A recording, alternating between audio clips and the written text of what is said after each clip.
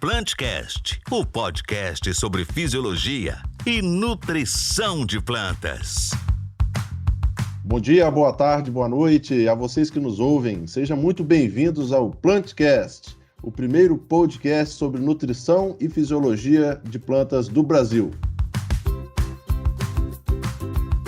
Bom, meu nome é Rafael Butke, eu sou gerente sênior de marketing estratégico da ICL e hoje nós temos aqui conosco o Dr. Bruno Alves, da Embrapa Agrobiologia.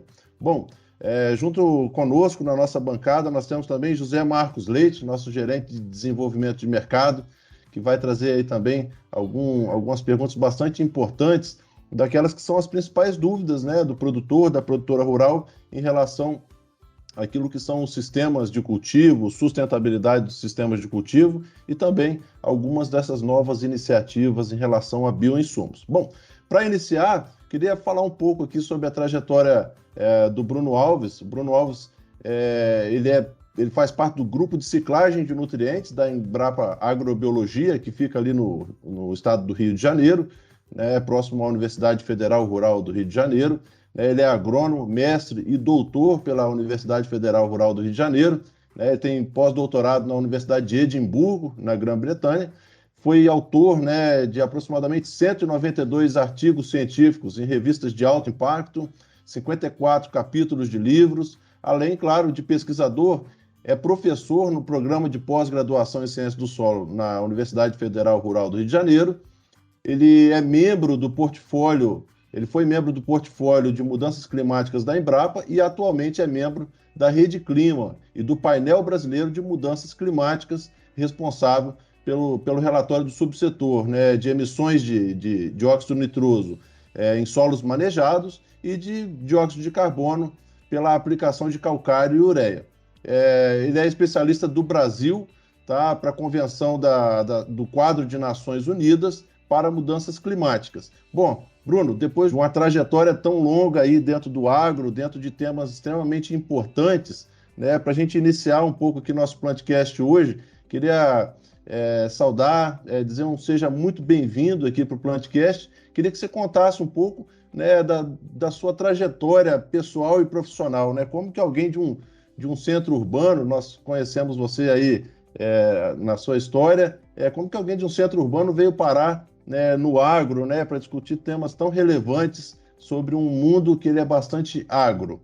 Ô Rafael, Zé Marcos, é um prazer falar com vocês. Antes de mais nada, queria cumprimentar os ouvintes. É um prazer estar aqui participando do Plantcast.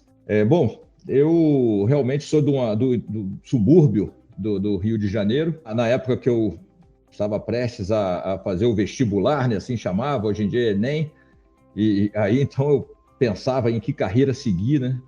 E uma coisa que me atraía muito, para falar a verdade, que chamou minha atenção na época, era um parente que a gente tinha distante, que era agrônomo e que morava em Brasília e trabalhava na Codevasf. E um primo, que era muito amigo meu, ele falava muito desse tio, né, e tal, e eu não conhecia bem, para falar a verdade. Mas eu falava, pô, mas o que ele faz, né? Como ele falava tão bem da pessoa, ele falou, não, ele é agrônomo.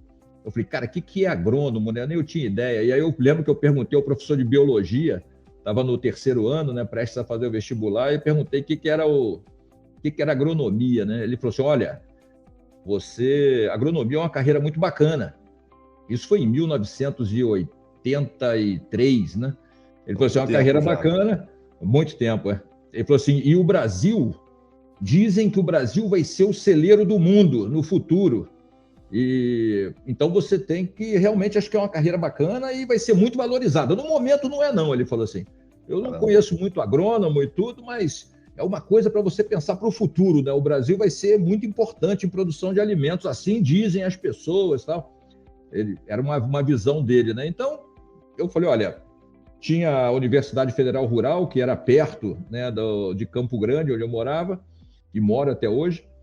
E eu falei, não, então vamos lá, né? Vou estudar na Universidade Rural, me inscrevi no vestibular de agronomia, passei e comecei a entrar a estudar, né, essa área que é muito interessante de fato, tem várias possibilidades. E o que me atraiu mais na época foi a engenharia agrícola. Então, eu acabei não me formando em agronomia necessariamente, eu sou engenheiro agrícola, e tive oportunidades justamente na Embrapa, em frente, né? A Embrapa Agrobiologia está situada em frente. Na época não se chamava Embrapa Agrobiologia, se chamava Embrapa UAPN PBS, que era a Unidade de Apoio ao Programa Nacional de Pesquisa em Biologia do Solo, que tinha a doutora Joana Doberainer, né, como figura principal, era, bem dizer, a diretora, né, do Instituto. Então, e aí tinha oportunidades aqui para a gente, né? Quem estava estudando na Rural podia ser bolsista e a gente fazia aquela prova, né, de estagiário, e eu consegui entrar uma bolsa e seguir no grupo, justamente que hoje a gente chama de ciclagem de nutrientes. Na época não tinha esse nome, mas contava já com o colega Robert Bode, com o Segundo Urquiaga, que são figuras muito conhecidas, né, na área da pesquisa. E aí foi a minha educação em agronomia, foi basicamente junto com eles, né? Então, excelente, Brunão. E um pouco entrando aí no que a gente deve conversar aqui hoje dentro do nosso Plantcast, você fez um pós-doutorado em Edimburgo. O tema desse pós-doutorado, né, as áreas de conhecimento foram um pouco em relação a questões ambientais. Conta um pouco disso para a gente, Bruno. Então, quando eu entrei na Embrapa, né, fiz um concurso em 1994, eu entrei numa área que era carente aqui, que era para estudar, para pesquisar a matéria orgânica do solo. Já tinha, né, o segundo, que trabalhava com fixação biológica de nitrogênio, o Bob, que a gente chama assim, né? Sim. Trabalhava com os isótopos na pesquisa também com fixação de nitrogênio, mas existia uma lacuna aí para a matéria orgânica do solo, né? Só para situar o pessoal que está nos ouvindo, né, a Embrapa Agrobiologia, ela é um centro de pesquisa da Embrapa que tem como, vamos dizer assim, uma visão desenvolver sistemas de produção baseados em processos biológicos, ou seja, aliviar um pouco o impacto ambiental na produção agrícola por meio da substituição, né, de insumos que demandam energia fóssil por processos biológicos. Então, essa era a vertente aí nossa de trabalho. E eu entrei, então, num grupo para trabalhar com matéria orgânica do solo, mas também dando apoio às pesquisas de fixação biológica de nitrogênio. E ao longo da década de 90, esse assunto das mudanças climáticas, né, começou a ficar muito mais presente nos debates e tudo. Ainda o público, em geral, não tinha muita informação sobre isso, não tinha muita noção do que seria. Mas já no meio científico isso era um tema já recorrente, e a Embrapa formou pela primeira vez uma equipe de pesquisa chamada Agrogases para estudar os gases de efeito estufa, como a agricultura impactava nisso, né? E tem um gás chamado óxido nitroso, que é um gás produzido pelo uso do fertilizante nitrogenado, pelo manejo de fontes de nitrogênio. Esse gás é produzido nesse processo e é um gás que tem um impacto de aquecimento muito elevado, né? Enquanto, para vocês terem uma ideia em termos comparativos, né?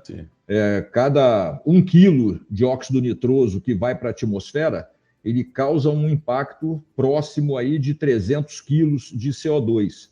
Então, realmente era uma preocupação, e dentro da Embrapa praticamente não havia estudos com esse gás, né? Sim. E aí surgiu a oportunidade, num evento dessa rede de pesquisa, de fazer um pós-doutorado na Universidade de Edimburgo com um pesquisador chamado Keith Smith, que era uma figura-chave na Europa, né, nas pesquisas da Europa. Também era uma pessoa também líder, né, dentro do IPCC, que é o painel intergovernamental de mudanças climáticas, que é uma entidade aí internacional, né, global, que conta com mais de 3.000 pesquisadores, e ele era um líder nessa área. Então, ele convidou para trabalhar com isso, e a gente fui lá estudar e entender as técnicas, né, de como medir esse gás, os impactos, para poder somar aqui nas pesquisas que a Embrapa estava iniciando, né? Ô Bruno, nós tivemos aí com você, né, junto com o Kiaga também e com o Bob, aprendemos muito, né, fizemos um estágio, trabalhamos junto durante os 3 anos, e a gente sabe os assuntos, né, pelo seu currículo, pela sua experiência, a gente sabe muito os assuntos que vocês navegam. E dentro de vários temas aí relacionados a maior eficiência de uso de nutrientes, questão de balanço de N carbono no solo. Eu queria que você comentasse um pouco mais para os nossos ouvintes, consultores, sobre o sistema soja-milho e como a questão da manutenção da matéria orgânica do solo. Para a gente segurar, né, melhorar esse carbono no solo, o nitrogênio é importante. Eu queria que você falasse um pouco mais sobre isso, né? Qual que é esse balanço de N na cultura da soja, pensando nesse sistema soja-milho? O quanto de N que fica ali na soja, eu sei que vocês têm vários trabalhos, e o quanto que esse N pode contribuir para melhorar o estoque de carbono no solo. Bom, acho que a pergunta é bem interessante, a que você comentou, né? Isso foi basicamente o início do meu trabalho aqui na Embrapa Agrobiologia, depois de contratado. Foi um projeto que a gente desenvolveu junto com a Embrapa Soja, que tinha justamente o objetivo de estudar essa questão do balanço de nitrogênio no sistema de produção que envolvia a cultura da soja, né? Nesse caso, era um trabalho voltado para sucessão aí soja-trigo, e lá também a gente estudava rotação com outras culturas, né? Mas eu acho que se aplica bem também a esse par, né, que a gente chama assim, né, que a gente tem anual, né? Um bicultivo anual que é muito comum no Brasil, que é o soja-milho, né, que está no Cerrado, também está no sul do Brasil. Ficou muito claro para a gente, dentro desse projeto, né, a cultura da soja tem uma capacidade de se beneficiar da fixação biológica do nitrogênio muito elevada, né? A gente mediu lá quanto do nitrogênio que a cultura acumula vem desse processo, então percentuais de fixação na ordem de 80%, 85%. Fizemos um estudo também lá em Dourados, no Mato Grosso do Sul, também com altos níveis de fixação, ou seja, a cultura sendo bem manejada, né, inoculada, recebendo os tratos que são das recomendações, né, ela tem uma capacidade muito grande, uma independência, vamos chamar assim, muito grande no seu desenvolvimento em relação a nitrogênio, né? Esse nitrogênio que ela precisa, a bactéria vai fixar. Parte vem do solo, parte vem da fixação. Por outro lado, é uma cultura também que ela acumula, os seus grãos têm um conteúdo de proteína muito alto, então a quantidade de nitrogênio que se acumula nos grãos ela é muito grande e é mais ou menos nessa faixa aí de 70% a 80% do nitrogênio que a planta acumula ao longo do seu ciclo. Isso fica no grão. O que significa? Quando a gente colhe o grão, esse nitrogênio está indo embora. Então, basicamente, o que a gente pode dizer hoje é que, pelo menos, acho que, a não ser quando a inoculação falha, né, a gente teria um balanço negativo de nitrogênio. Ou seja, como é uma planta que exporta muito nitrogênio, se ela não conseguir fixar muito, quem vai ter que dar conta desse nitrogênio é o solo. Acaba que a gente começa a perder nitrogênio do sistema, né, se a fixação não está funcionando muito bem. Mas o que a gente viu em geral, a gente tende a um balanço mais ou menos neutro, ou seja, tudo que ela precisa no grão, a FBN, a fixação de nitrogênio pode suprir, e em alguns casos, como foi o estudo que a gente fez lá em Dourados, né, a gente teve até um excedente de nitrogênio, ou seja, o que saiu no grão foi uma quantidade de nitrogênio que a fixação pôde suprir e ainda deixou um pouco de nitrogênio no sistema, que garantiu aí, né, um suprimento extra para a cultura que vinha depois, né? No caso lá foi a cultura do milho. Então, a grande questão é que a gente não pode pensar na soja como adubo verde, né? Que é diferente, né? Então, nós estamos falando de um excedente de nitrogênio na faixa de 30 quilos, 40 quilos, às vezes um pouco menos, às vezes está lá perto do zero, né? Mas aí o produtor fala assim, poxa, você está falando isso, mas eu plantei, como aconteceu com a gente plantava o trigo depois da soja, e o trigo produzia bem, melhor até do que um trigo que vinha depois de milho, por exemplo, né? Esse um ponto que realmente acontece na realidade, isso é observado. Exato. E aí o que acontece de fato, né? Os resíduos da soja, né? E aí nós estamos falando da palha que fica na superfície e também raiz e nódulos, né, que vão estar lá no subsolo, né, está debaixo lá da terra e a gente não está vendo essa contribuição, mas esse é um material orgânico de relação CN baixa que mineraliza muito rápido. Mas não necessariamente esse nitrogênio veio todo da fixação. Aí tem nitrogênio do solo também. Simplesmente mudou de condição. Ele deixou de ser matéria orgânica do solo de liberação mais lenta e virou uma matéria orgânica, né, fresca, na forma de raízes, nódulos e folhas, que mineraliza muito rápido e libera esse nitrogênio rápido. Então, a cultura do trigo se beneficia mais. É mais fácil para ela pegar isso aí. Só que tem que ter um cuidado, né? Se a gente se o balanço do sistema, né, da soja não é muito positivo, o que pode estar acontecendo é que o trigo está ajudando a esgotar, né, o nitrogênio do solo ali também. Então, esse é um cuidado que tem que ter na questão do balanço, né? Excelente. Bruno, eu acho que acaba também dando uma sequência para a gente entrar também num tema bastante relevante. Matéria orgânica do solo, né? A gente ouve muito falar, olha, formas de sequestrar carbono, acumular matéria orgânica no solo. Então, depois que vem a cultura da soja, ou entra na cultura do milho, ou mesmo do trigo, o fato dessa matéria orgânica, desse carbono que vem aí da palha, dos resíduos vegetais, ir para o solo, garante que a gente vai ter matéria orgânica no solo, né? Eu queria até fazer também uma conexão aqui com esse balanço de nitrogênio da soja, né? Muitas das vezes, se o balanço é negativo ou nulo, só colocar carbono no solo garante a fixação? Como que você enxerga essa dinâmica? Isso também é um assunto, sem dúvida, interessante, né? Quando a gente pensa em matéria orgânica do solo, a gente pensa em carbono, né? Então, vamos colocar carbono, né? Vamos botar palha. Então, de fato, a pessoa não está errada, né, de considerar que essa matéria orgânica ela tem que ser formada a partir de palha, perfeitamente, tem que ser assim mesmo, é o caminho. Mas a gente tem que lembrar que a matéria orgânica ela é composta de outros nutrientes também, né? Então, uma matéria orgânica umificada, estabilizada, ela tem uma relação CN em torno aí de 10, 12, né? Ou seja, a matéria orgânica, né, para ser formada, né, para cada 10, 12 unidades de carbono, eu preciso de ter um nitrogênio lá, né? Então, se a gente traz essa análise, né, para o que a gente acabou de falar um pouco antes, que é o balanço do nitrogênio nos sistemas de produção, se a gente tem um sistema de produção em que as plantas tiram mais nitrogênio do solo do que o nitrogênio que retorna, significa que a gente está tendo um déficit, né? A cada ciclo que vai passando tem um déficit de nitrogênio. Se o nitrogênio começa a sair do solo, né, o déficit seria isso, está exportando nitrogênio.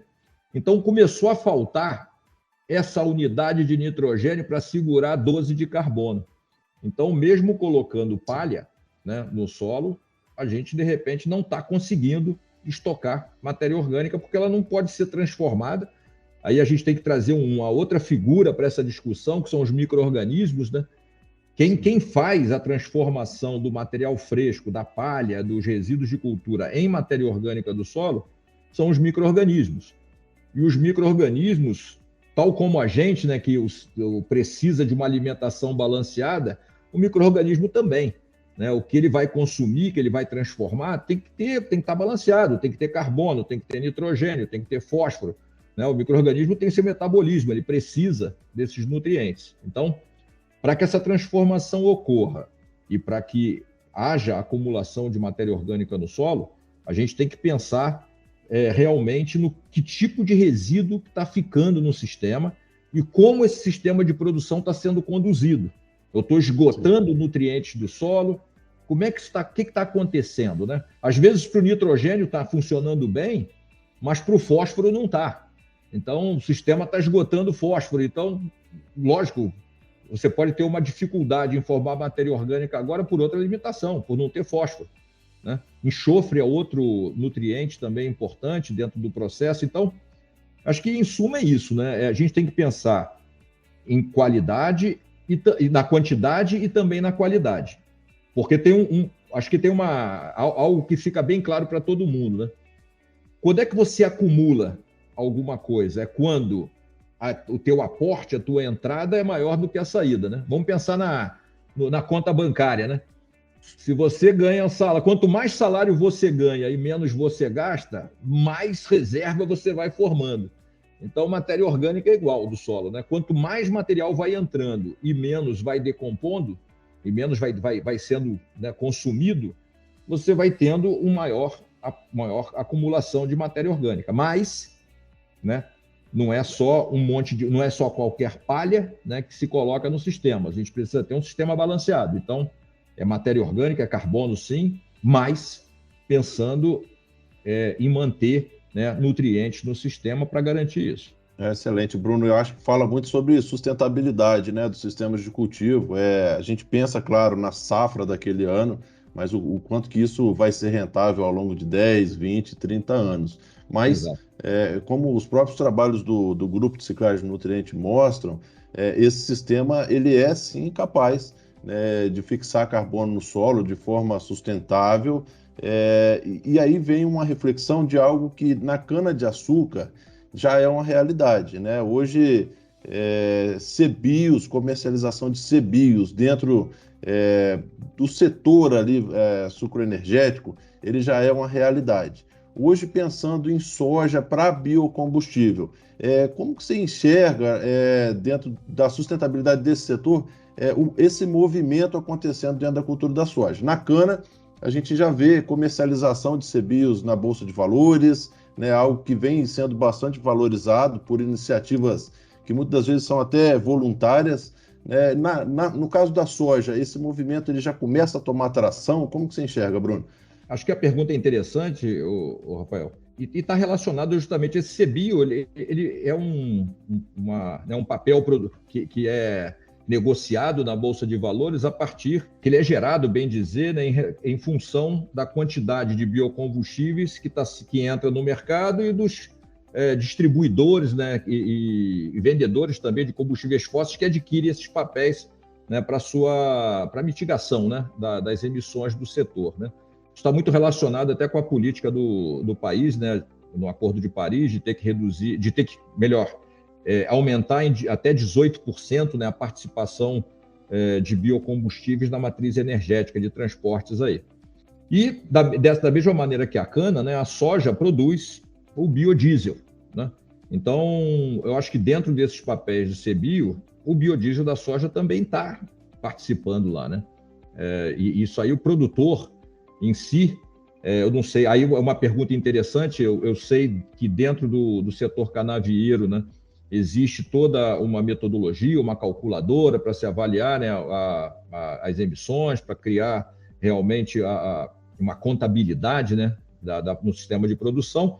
E existe também essa calculadora para o setor da soja, né, para biodiesel de soja. Creio eu, não tenho total certeza, mas eu acho que quando a gente fala de CBIO, isso está valendo tanto para álcool, o etanol, né, da cana-de-açúcar, como vale também, né, para o biodiesel da soja.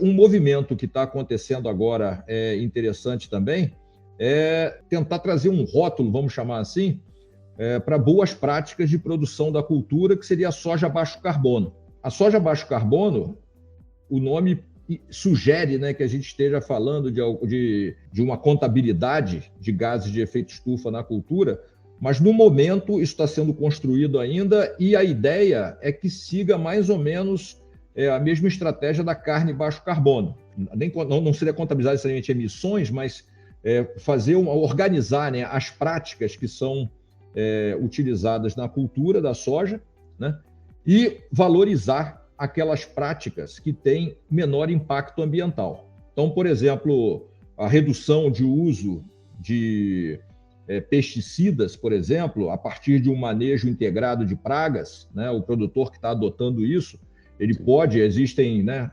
evidências aí que se pode reduzir bastante, né, o uso de pesticidas.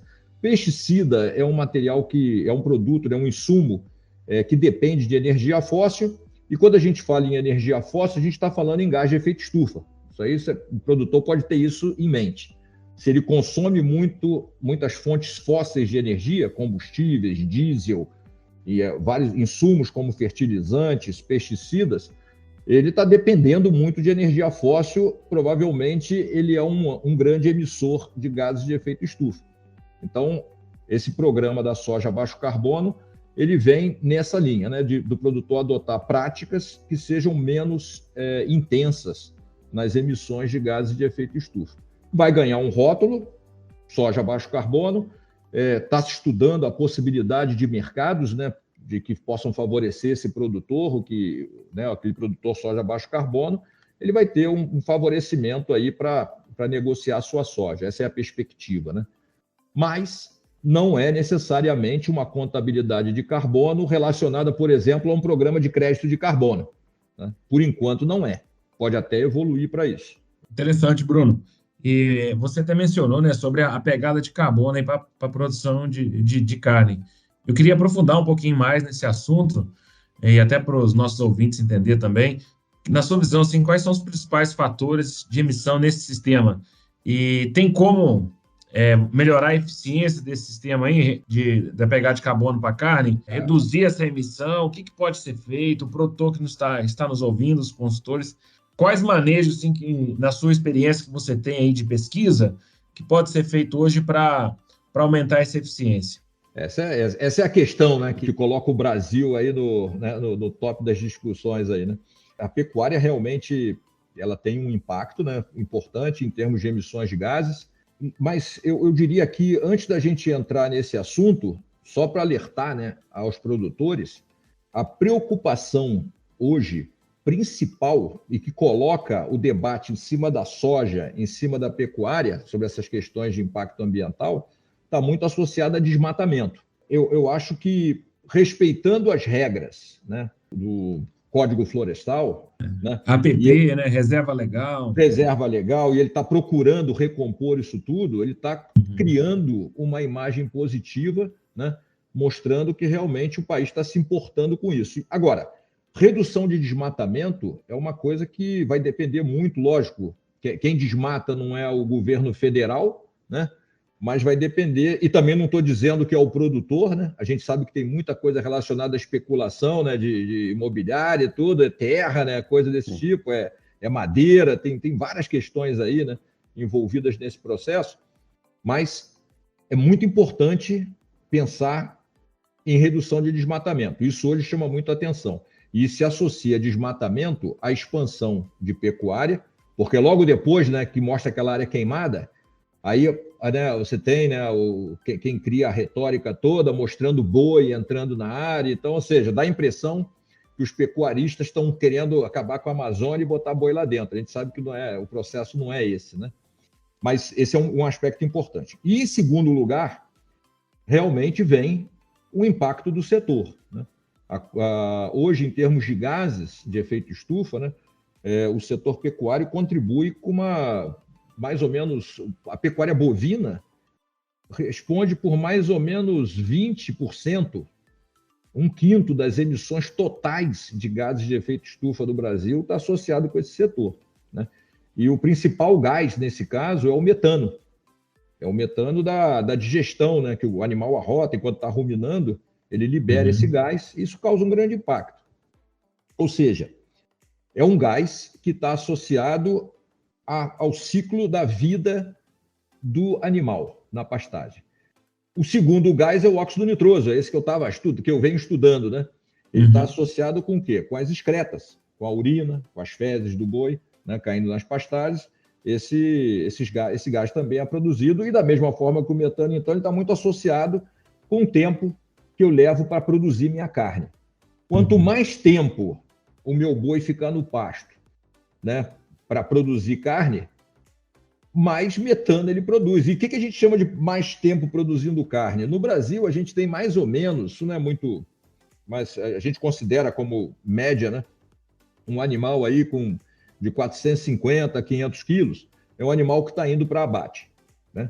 Ou seja, se eu consigo fazer esse animal atingir os 450, 500 quilos num tempo mais curto, ele ficou menos tempo produzindo metano, menos tempo excretando e produzindo óxido nitroso, ou seja, menos gases de efeito estufa estão associados àquela carne, ou no caso, vamos pensar agora na leiteira, né? Quanto mais litros de leite eu consigo produzir, né, de um animal, mais dilui esse efeito dos gases de efeito estufa por unidade de leite produzido. No caso da carne, é a mesma coisa. Se eu engordo o animal muito rápido, aquele quilo de carne desse animal tem menos gás associado do que um animal que demorou 4 anos, ficou lá no pasto até... Ou seja, ele emitiu gás, vários anos até chegar o dia do abate para produzir a mesma quantidade de carne que um produtor mais tecnificado consegue produzir de forma mais antecipada, né? Então, está aí uma resposta. A estratégia que a gente vê hoje é a intensificação. Ou seja, a gente tem que sair, né, daquela visão da pastagem extensiva, né, aquela pecuária extensiva que o Brasil ainda guarda muito, né, dessa imagem, né? E a gente tem que começar, né, ou avançar mais rápido, melhor dizendo, porque já começou a intensificação, a gente já vê muito mais presente hoje na pecuária nacional, mas isso é uma coisa que tem que ser, né, nós temos que avançar mais rápido, né? Então, e justamente com um cuidado, que é o seguinte: quando a gente fala em intensificar, a gente passa... indiretamente, eu estou dizendo para você, nós precisamos colocar mais insumos, né? Vamos colocar fertilizante, correção de solo, calagem, substitui por forrageiras de maior valor proteico, né, de melhor desempenho. E aí você vai me perguntar, pô, Bruno, mas nesse processo a gente não está aumentando os gases de efeito estufa fazendo isso? Está aumentando, né? Embora... Aí vem é uma discussão até meio complexa de pensar aqui, mas de repente talvez dê para entender. Se eu tenho uma meta de produção de carne de 10 milhões, né, que o Brasil hoje, né, produz mais ou menos aí 10 milhões de toneladas de carne, se eu consigo intensificar, né, para produzir 10 milhões de toneladas de carne, eu vou conseguir um desempenho muito melhor num tempo mais curto. E com isso eu consigo diminuir a área, né? Porque eu produzo muito mais. 10 milhões hoje eu estou conseguindo atender ocupando 150 milhões de hectares de pastagens. Sim. Se eu intensificar, eu vou conseguir chegar nesses 10 milhões, de repente, com 100 milhões de hectares de pastagens. Então eu liberei 50 milhões aqui e estou produzindo só em 100 milhões. Então, o meu hectare, a quantidade de área produzindo boi diminui. Por hectare, não há dúvidas que vai ter muito mais emissão, né? Porque cada hectare desse aqui eu vou ter que adicionar fertilizante, né? Vai ter mais animais, né? Você deixa de usar 1/3 da área para produzir a mesma meta aí de a carne mesma bovina. meta. Então, quando a gente faz esse balanço, a gente vê que a gente chama de pegada de carbono, né? Que é a quantidade de gás emitido por quilo de carne produzido. Quando a gente faz essa intensificação, a pegada de carbono da carne diminui. Aí, uma vez, né, um cientista falou para mim assim, muito bacana essa ideia. Mas e se todos os 150 milhões de hectares do país resolverem adotar essa intensificação? Vamos supor que o mercado global aumente a sua demanda de proteína animal e hoje, né, a gente está falando em reduzir 30% a nossa área de pastagem para atender a demanda, mas se a demanda global aumentar, eu vou ter que expandir de novo, né? Porque a intensificação vai chegar num ponto que aí já está limitado por muita coisa, você não consegue ganhos muito maiores, então você tem que crescer de novo. Só que agora você vai crescer emitindo muito mais por hectare. Isso é um risco, de fato, né? Então, paralelamente, é importante que a pesquisa caminhe no sentido de gerar tecnologias que diminuam as emissões na intensificação. Então, aqui, por exemplo, na nossa unidade, a gente está trabalhando muito fortemente, e agora mais fortemente ainda, com os consórcios de leguminosas com braquiária. Então, a gente já viu, por exemplo, que a Desmodium ovalifolium, Arax pintoi, que é o amendoim forrageiro, né, são leguminosas que têm crescimento estolonífero, ou seja, quando, né, o caule toca o chão, ela consegue enraizar, umas são rizomas já vão por baixo da terra e já vão se espalhando, e são leguminosas que favorecem, né, manejo, favorecem a persistência. E essas leguminosas, a gente viu, nós temos 4 áreas de monitoramento, né, e nós vimos que é possível incrementar a produção de carne aí em 60%, sem adicionar fertilizante nitrogenado, somente manejando a leguminosa.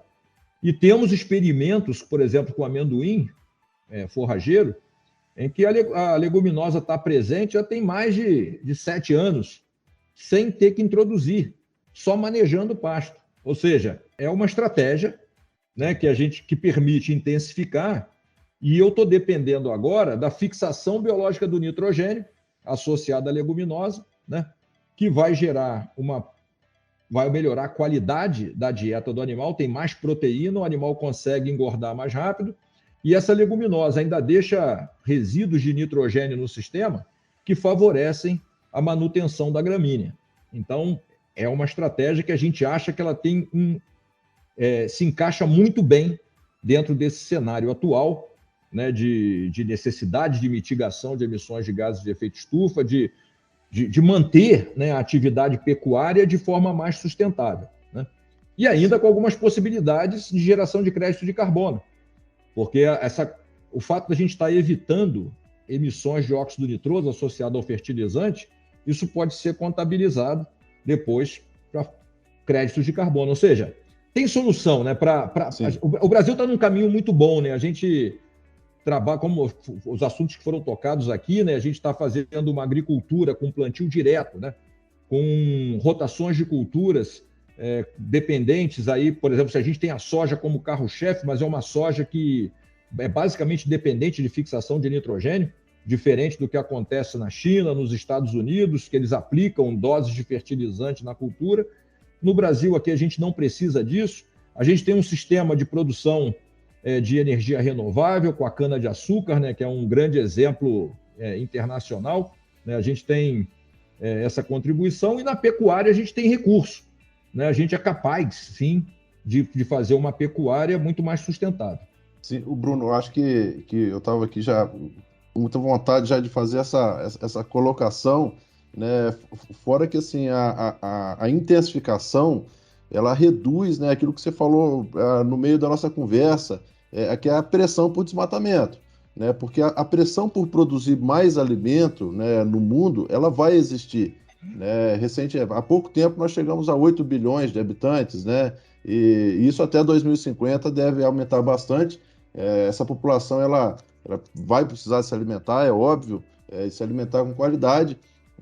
Então, intensificação também, seja para a produção de bovino, ou mesmo para a produção vegetal, reduz essa pressão por desmatamento, o que aí é raiz, né, dessa discussão, e isso é muito bom para a sustentabilidade dos nossos sistemas produtivos, né? Perfeito. Não, e a intensificação, diminuindo a necessidade de área para a pecuária, né, a gente está abrindo espaço para culturas como para melhorar, aumentar a produção de soja, arroz, feijão, né? A gente fala muito em soja só, né?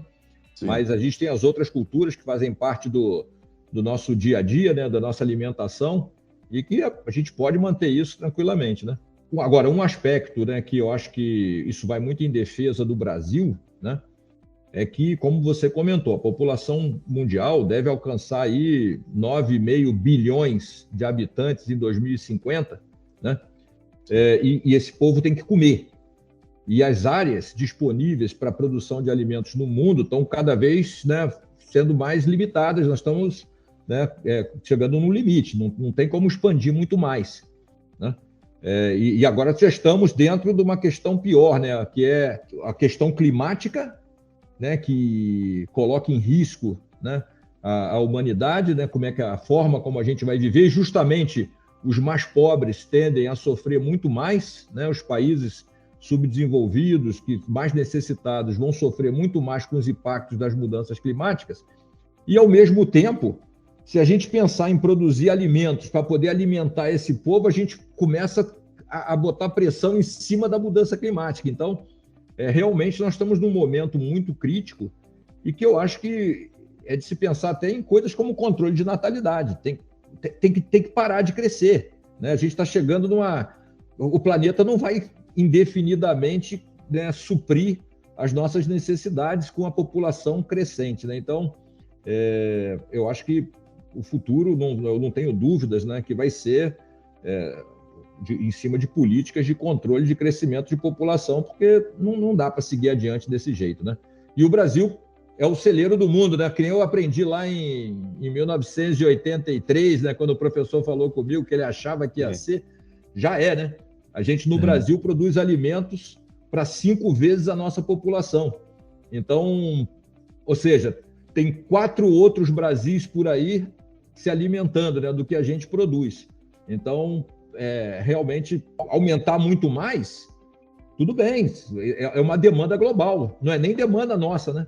A demanda vai vir global, o Brasil tem que produzir mais. Então, vamos tentar, na sustentabilidade, no uso de recursos, o máximo que a gente puder desenvolver e ver onde a gente chega, né? Eu não tenho dúvida nenhuma que se atribui à contribuição científica, que a Embrapa como um todo, né? Claro, tem outras instituições de pesquisa também que colaboraram muito, mas aqui falando da contribuição que a Embrapa teve nesse processo, né? Você falou aí de uma grande líder que nós tivemos, que foi a doutora Joana Doberheiner, né? E eu acho que isso também dá um passo, né, para uma próxima área de conhecimento que a gente queria falar aqui, que são os inoculantes, né? Eu acho que tecnologia que possibilitou, né, um discurso de sustentabilidade muito forte para a cultura da soja, né, e que vem dando passos importantes para as culturas de gramíneas. A gente sabe que o processo da fixação biológica de nitrogênio, né, a relação, ela não é a mesma, mas que existem sim possibilidades de ganho, né? Recentemente,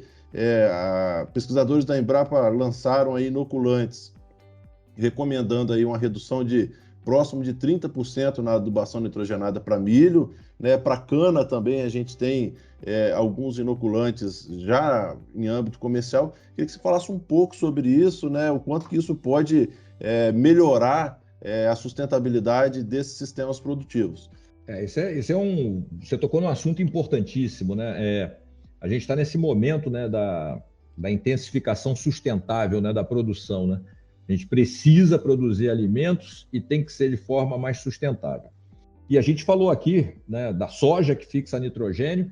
E fixa nitrogênio, o que é? A soja não fixa o nitrogênio, né? Quem fixa o nitrogênio é a combinação da planta soja com o micro-organismo que está né, que é o rizóbio, que fica no solo e que faz o nódulo e lá ele faz a fixação da planta. Tem outras relações associativas também, né?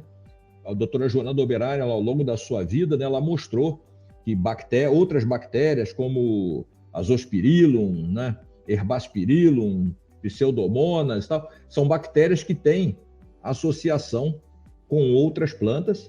Tem até associação com a soja também, mas tem associação com plantas como o milho, como as gramíneas, né, em que a gente não se via na época, o auge da sua carreira, né? O que se entendia era que a fixação biológica de nitrogênio estava associada às leguminosas. Por quê? Né? Porque formavam as estruturas, que são aqueles nódulos, e dentro do nódulo tinha a bactéria que fixava o nitrogênio. Então, o milho não tinha nódulo, não fixa nitrogênio, a cana também não. Tal. E a doutora Joana, ao longo da sua carreira, né, e inclusive no início da sua carreira, ela ficava muito curiosa, né, com algumas coisas, como, por exemplo, o gramado aqui em frente à Embrapa e da Universidade Rural, né? E gramados que são comuns, né, da grama batatais, que a gente chama, né? Que a gente vê em muitas instituições aí de ensino, de pesquisa. E ela ficava curiosa como essa grama era cortada frequentemente, ninguém adubava e a grama estava sempre verde, né? E aí ela foi estudar isso e encontrou, né, uma associação muito específica entre uma bactéria, que chamava Azotobacter paspali, acho que agora mudou de nome até, não lembro qual é o nome novo, mas era uma bactéria, Azotobacter paspali, que fazia tipo um cisto nas raízes da grama batatais e que fixava nitrogênio, garantia o crescimento da planta, né?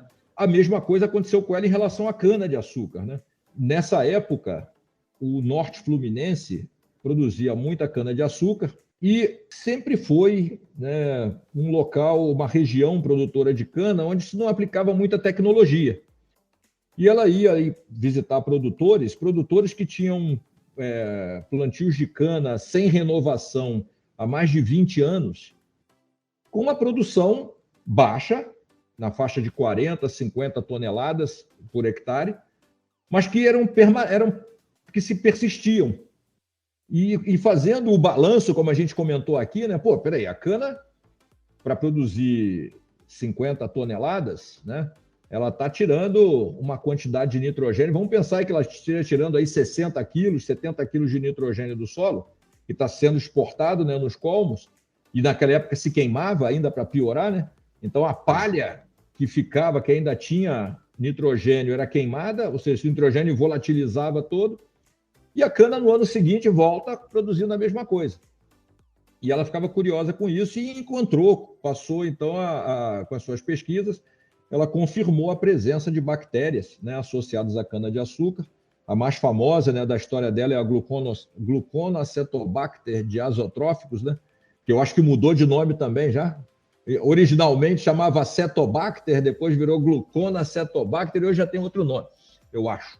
E essa bactéria estava muito associada à cultura da cana, era capaz de crescer num ambiente ácido, e com isso, né, ficou quase que comprovada, né, a importância da fixação de nitrogênio na manutenção dessas gramíneas, né, de produção dessas gramíneas. Mas o que ficou claro ao longo desse tempo também é que são micro-organismos que não conseguem sustentar altas produtividades, né, como a gente deseja. Como, né, uma coisa é você ter uma cana de 40 toneladas, de ter um milho que produz 3 toneladas, por aí, né, dependente da fixação de nitrogênio. E a outra coisa é o que a gente está falando, precisamos intensificar. Eu não posso ter um hectare hoje de terra, né, que podia estar com uma floresta em cima, ele precisa estar aberto sem a floresta, porque eu preciso produzir comida. Então, eu tenho que valorizar ao máximo esse 1 hectare, ele tem que produzir o máximo que der. Porque, né, é aquela questão que a gente vive hoje de sustentabilidade, da necessidade de produzir o máximo. Então, a gente não quer um milho de 3, de 2 toneladas, eu quero um milho de 10, 12, se desse, né? Mas para cima de 7, certamente, de 8 toneladas. Então, a fixação nesse caso, nesses micro-organismos, nem sempre não vão conseguir, dentro do horizonte de conhecimento que a gente tem, não conseguem manter esse nível de produção. E aí, o que são esses inoculantes que estão saindo do mercado agora, né? Então, ao longo dessas pesquisas, né, querendo entender a relação desses micro-organismos com as plantas, se verificou que eles produzem hormônios também, além de fixar nitrogênio, eles exudam hormônios, eles produzem substâncias ácidos orgânicos, né, que podem solubilizar nutrientes do solo, e com isso eles favorecem o desenvolvimento de raiz e o crescimento da planta. Então, isso abriu, para falar a verdade, né, uma outra perspectiva dos inoculantes, que era, sim, para o aumento da eficiência de uso dos fertilizantes. Ou seja, a raiz vamos chamar, a boca da planta ali, né, a principal, né, por onde ela se alimenta. Então, se eu tenho mais raiz, eu tenho mais condições dessa planta se alimentar, de utilizar melhor o nutriente que se coloca no solo. Então, esses inoculantes que estão sendo recomendados hoje, a perspectiva é que, de alguma forma, o produtor se beneficie disso. Ele pode ser utilizado e o produtor está satisfeito com a dose de fertilizante que ele usa e não se preocupar em ter que reduzir essa dose. O que significa? Com o inoculante, eu vou poder aproveitar melhor esse fertilizante que foi colocado. Aí a gente vem agora para um período em que fertilizante ficou proibitivo, né? Ficou complicado, muito caro e tal. Então, os estudos que estão sendo feitos agora estão para responder à pergunta, né? Olha, se a eficiência de uso do fertilizante melhora, não dá para eu reduzir a dose de fertilizante? Ou seja, eu quero produzir 8 toneladas de milho. Eu estou satisfeito, para mim paga. Para produzir 8 toneladas, eu estou usando hoje 120 quilos de nitrogênio. Será que colocando o inoculante, e ao invés de colocar 120, eu vou colocar 90 quilos de nitrogênio, será que eu consigo manter as 8 toneladas? Então, a perspectiva, né, as pesquisas que estão sendo feitas com essa perspectiva, e pelo que a gente entende, né, os produtos estão sendo comercializados, né, com essa característica, né, de poder reduzir a fertilização nitrogenada, baseado em estudos de campo. Estão avaliando isso, e a gente fez aqui, por exemplo, estudos utilizando o isótopo N15, que é um jeito da gente entender, né, qual é o nitrogênio, a gente conseguir reconhecer o nitrogênio que é do fertilizante, e a gente viu realmente que a inoculação com bactérias, por exemplo, azospirilo, melhoraram a produtividade e aumentaram a eficiência com que a planta utilizou o nitrogênio aplicado na cultura, né? Então, isso é algo realmente constatado, a eficiência aumenta. Se a eficiência aumenta, eu posso aplicar menos nitrogênio, porque ele vai perder menos, né? A planta vai pegar mais com a bactéria. Então, essa é a perspectiva para esses fertilizantes. E isso vai no rumo da sustentabilidade que a gente está falando, né?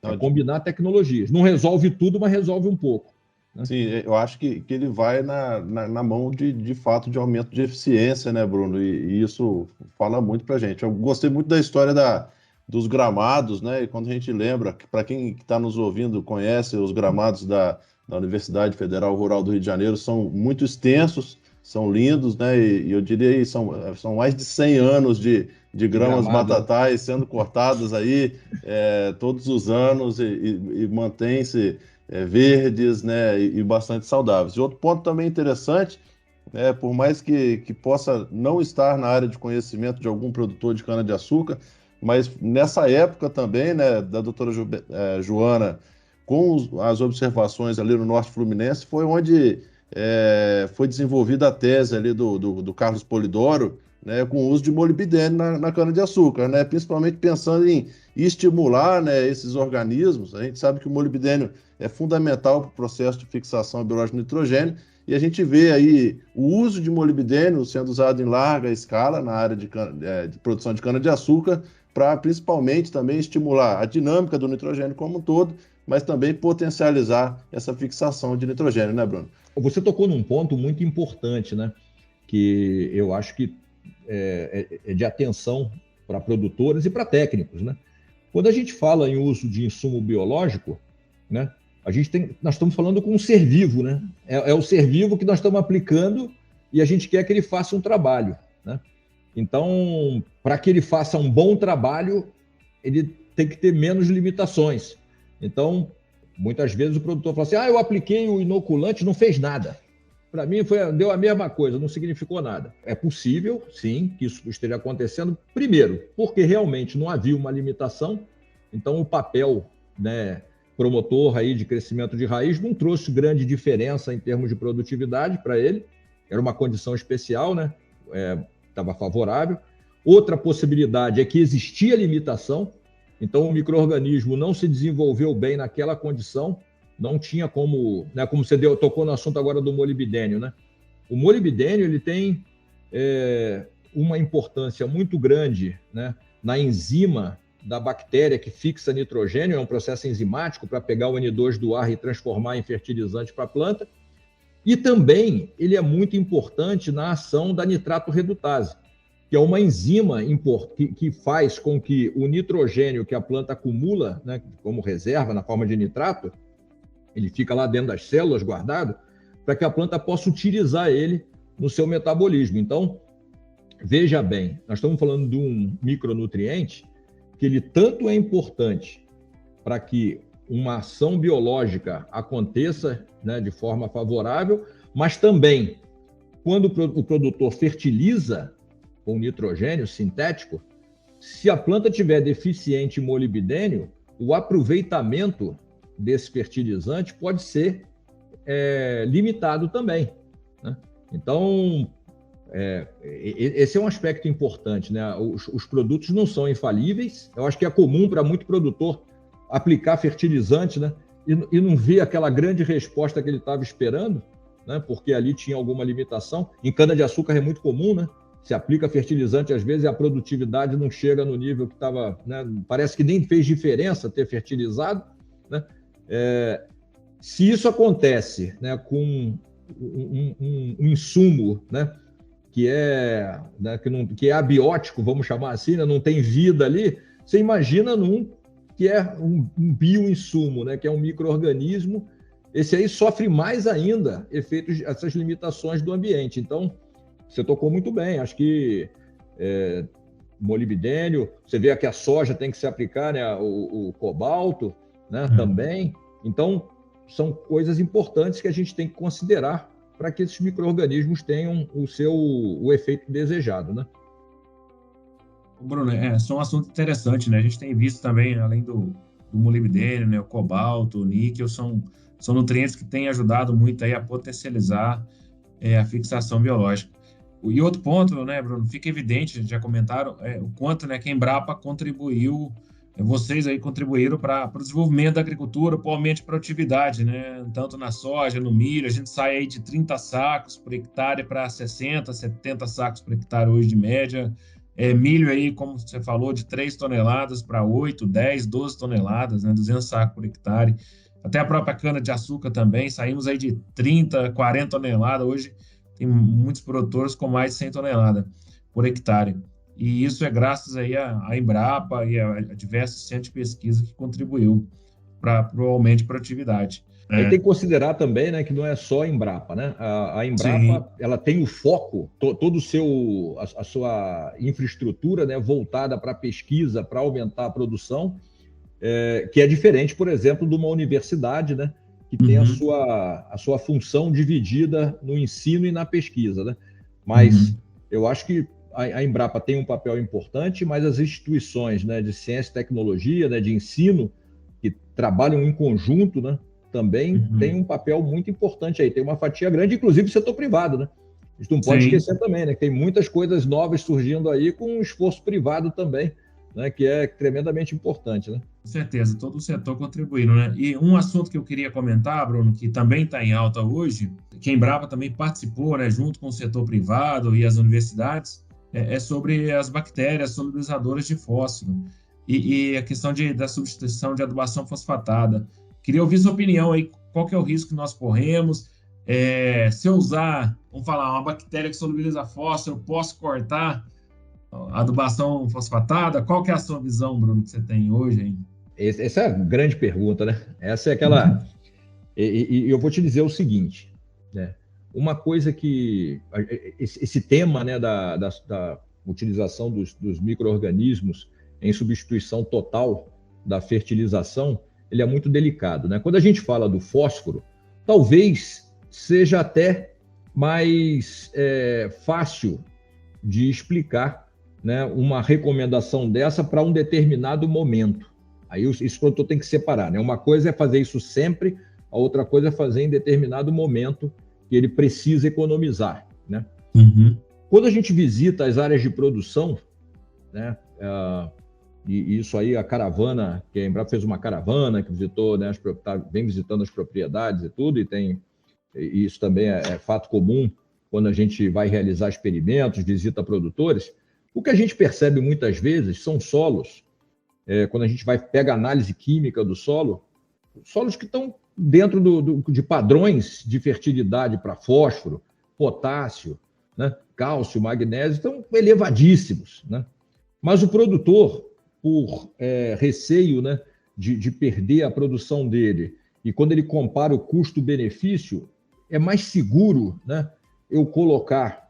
Não, vamos colocar o adubo, porque não está me onerando muito, porque eu quero a produtividade alta, né? Então ele vai lá e vai atingir altos níveis de produtividade, não importa muito o que tenha sobrado, né? Não custou tanto para ele. Agora, quando você pega um período como esse agora, né, que a gente tem os custos de fertilização muito elevados, então isso cabe muito bem nesse momento, né? Uma análise de solo, e levar em conta essa análise de solo, né? Porque o que a gente vê é que muitos produtores fazem análise de solo, mas não consideram muito isso na hora de fertilizar, né? Ele entra com aquele pacote pronto e fertiliza. Mas se você considera a fertilização e combina esse cenário com a utilização, por exemplo, de micro-organismos que podem aumentar a disponibilidade do fósforo no solo, eu acho muito positivo, né? E como você acho que você quis sugerir, né? Qual é o risco que isso tem? Disponibilizando fósforo no solo, não estou adicionando, vou ter uma planta que vai extrair e vai levar. Se eu tenho uma condição de fertilidade alta no solo, né, e muito desse fósforo, às vezes, ainda está, né, fixado ou levemente fixado no solo, o micro-organismo ajuda a disponibilizar isso e eu consigo 1 ano manter a minha produtividade sem fertilizar. Posso caminhar para um 2º ano, provavelmente, e consigo produzir novamente bem. Só que a partir de certo momento, vai começar a faltar, né? Porque está num processo de extração. Ou seja, o meu entendimento é esse. Eu acho que para momentos em que o produtor se encontra, né, dentro daquele, né, beco sem saída, né, econômico, né, ele não tem. Se eu for aplicar fertilizante, eu não tenho dinheiro para comprar semente, né? Então, o que ele faz, né? Eu acho que aí sim é um momento de primeiro, análise de solo. Micro-organismo não faz milagre, ele não vai fazer aparecer fósforo em solo que não tem, né? Então, análise de solo na mão, meu nível de fertilidade está dentro das recomendações, né? Para o método que foi utilizado, está bom, não precisaria aplicar fósforo aqui, mas esse fósforo pode estar numa situação não tão disponível quanto eu gostaria que tivesse, como quando você aplica um fertilizante. Adiciono o micro-organismo junto para tentar obter esse fósforo da melhor maneira possível. Isso ele pode fazer por 1, 2 anos, mas ele tem que monitorar para chegar num dado momento, ele pode já não conseguir mais a produtividade que ele está esperando e, em certo momento, começa a faltar. Ele tem que voltar a botar fósforo nesse solo aí, né? Eu acho que milagre não vai fazer. Mas é uma estratégia importante. Pode ser, inclusive, combinada, né? Isso aí talvez, eu não sei o quanto de resultados a gente já tem para afirmar isso, mas é uma tecnologia que pode ser até combinada. Se eu não tenho condições de colocar a dose máxima que eu gostaria de colocar, eu vou colocar 60% do fósforo e vou adicionar um micro-organismo também, né? Então, esse micro-organismo pode ajudar a obter esse fósforo, né? Lógico, esse fósforo, assim que ele entra no solo, ele começa a reagir com a fração mineral, né? Com as argilas e tudo, parte vai ficando imobilizada, e esse micro-organismo pode ajudar a remobilizar esse fósforo aí para a planta utilizar. Ou seja, mas é como a gente está falando, né?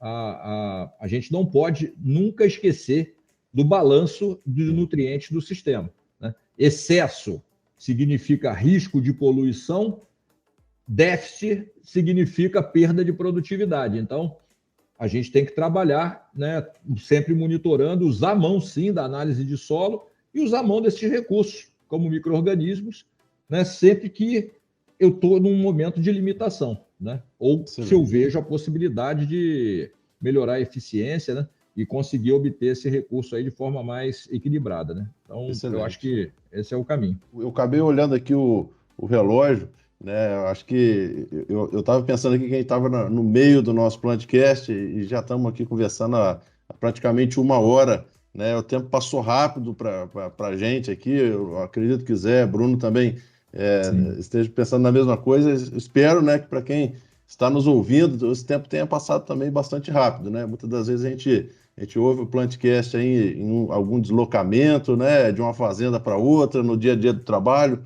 ou mesmo em casa, né, quando a gente está naqueles momentos ali de buscar um pouco mais de conhecimento. E eu fico aqui pensando assim, né, geralmente o Plantcast a gente envia ele para pessoas de áreas técnicas, para recomendantes, para produtores rurais, e eu fiquei pensando aqui, né, será que esse Plantcast que a gente gravou hoje é para quem mandar, né, porque nós somos em temas tão abrangentes, né, que eles vão desde uma área técnica, mas eles também são muito importantes para a sociedade, né? Eu acho que traz muitos esclarecimentos relevantes aqui. Eu já estava aqui ao longo do que o Bruno vinha falando aqui com a gente, fazendo uma lista aqui de para quem que eu pretendo enviar esse podcast. Essa lista acabou ficando bastante grande, né? E eu acho que esse é o objetivo do Plantcast, né? Levar conhecimento, né, de nutrição, de fisiologia de plantas, mas levar conhecimento também, no geral, né, para a sociedade a respeito de quão sustentável são os nossos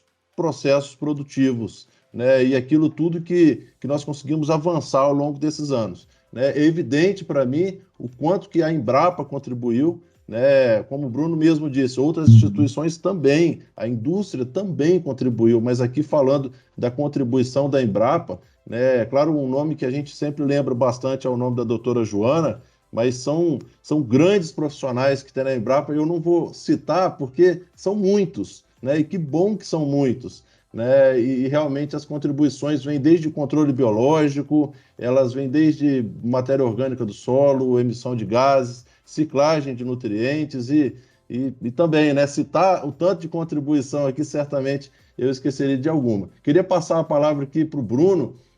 Bruno, fazer suas considerações finais, né, mandar uma mensagem aí para quem nos ouve, né, a respeito do que a gente conversou, também aquilo que você quer deixar de mensagem aí para os nossos ouvintes.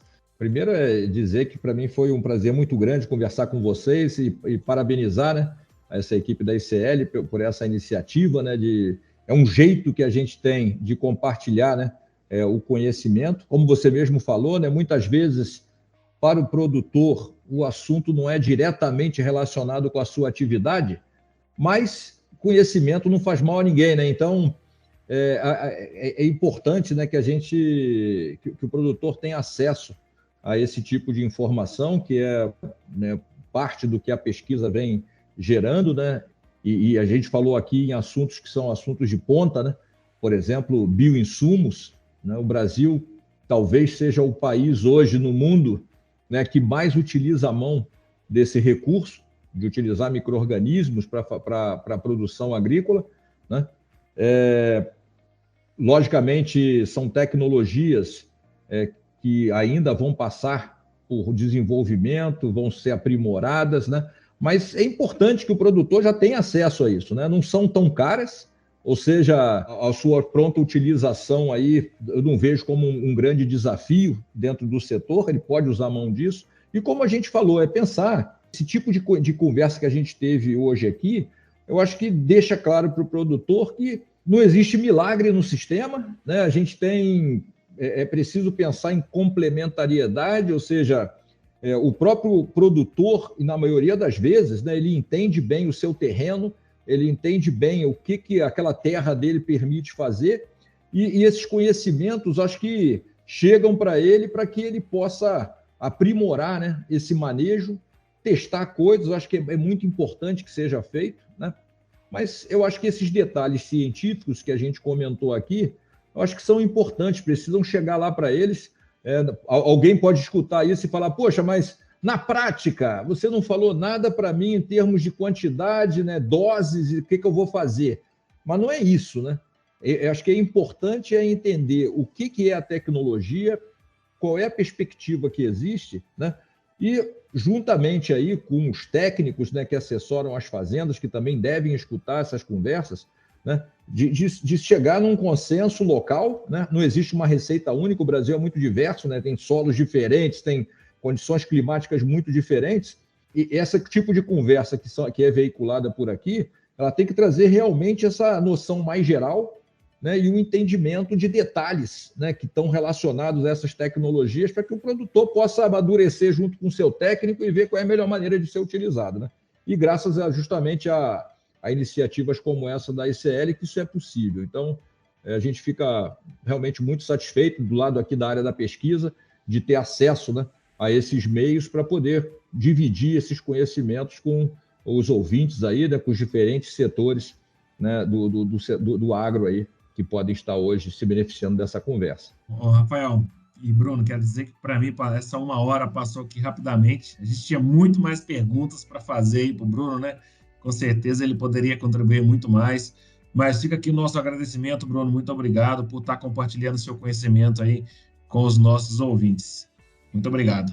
Ótimo. Bruno, qual seria o contato, né? Tem algum contato de e-mail, né? Quem está nos ouvindo, às vezes quer aprofundar um pouco mais, né? Tem alguma dúvida, alguma proposição a fazer? Você poderia deixar algum contato, um e-mail que a pessoa poderia entrar em contato? Sem dúvida, né? A Embrapa, né, ela tem normalmente uma forma de contato via SAC, né, que a gente chama assim. No nosso caso aqui da Embrapa Agrobiologia, é CNPAB, Centro Nacional de Pesquisa de Agrobiologia, .sac@embrapabr. Esse é um e-mail, né, um contato mais geral, que o produtor pode enviar a sua dúvida, e é importante que envie por aí, por quê? muitas vezes eu estou aqui, eu tive a oportunidade, né, e a felicidade de poder falar com vocês, mas, de repente, a dúvida que o produtor tem está dentro de um assunto que pode ser respondida de forma mais objetiva, né, e atender melhor à necessidade dele por um outro colega nosso aqui dentro. E o que acontece? Quando a pergunta, a resposta, a gente entende que não está na nossa unidade, o sistema SAC da Embrapa busca entre as unidades da Embrapa aquela que tem a capacidade de responder da melhor maneira possível o questionamento.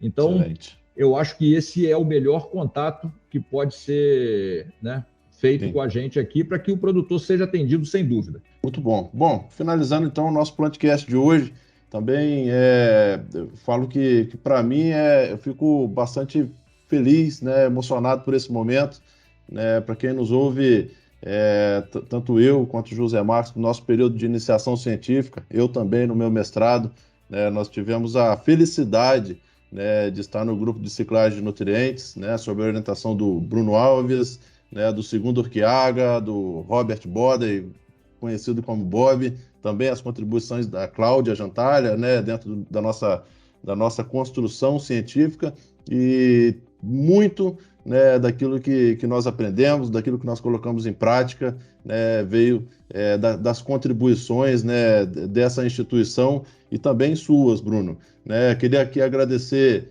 né, alguns nomes que me vieram à mente, né, o segundo Urquiaga, claro, também o Robert Bodey, a Cláudia Jantalha, né, a Vera e o Ivo Baldani, né, que participaram também de tanto dessas pesquisas, né, e também, né, no período do mestrado ali, a Beata Madari, ali da Embrapa Arroz e Feijão, né, com grandes contribuições, foi fantástico esse momento, tá? E, claro, Bruno, a você, acho que sempre aberto, né, eu acho que assim como a gente ligou, né, anteriormente a gente batia aí nessa porta, e essa porta estava sempre aberta aí a ouvir as dúvidas mais simples, até as mais complexas, e com bastante didática, né, para falar sobre esses assuntos, e o quanto que foi bom e quanto que foi positivo para mim esse momento aqui. Então, muito obrigado a você que nos ouve, espero que tenha sido tão bom para vocês quanto foi bom para a gente aqui. Obrigado, Zé Marcos, obrigado, Bruno, e um grande abraço. Então, a gente se vê no próximo Plantcast. Até mais! O Plantcast é uma produção da ICL, Impacto para um Futuro Sustentável.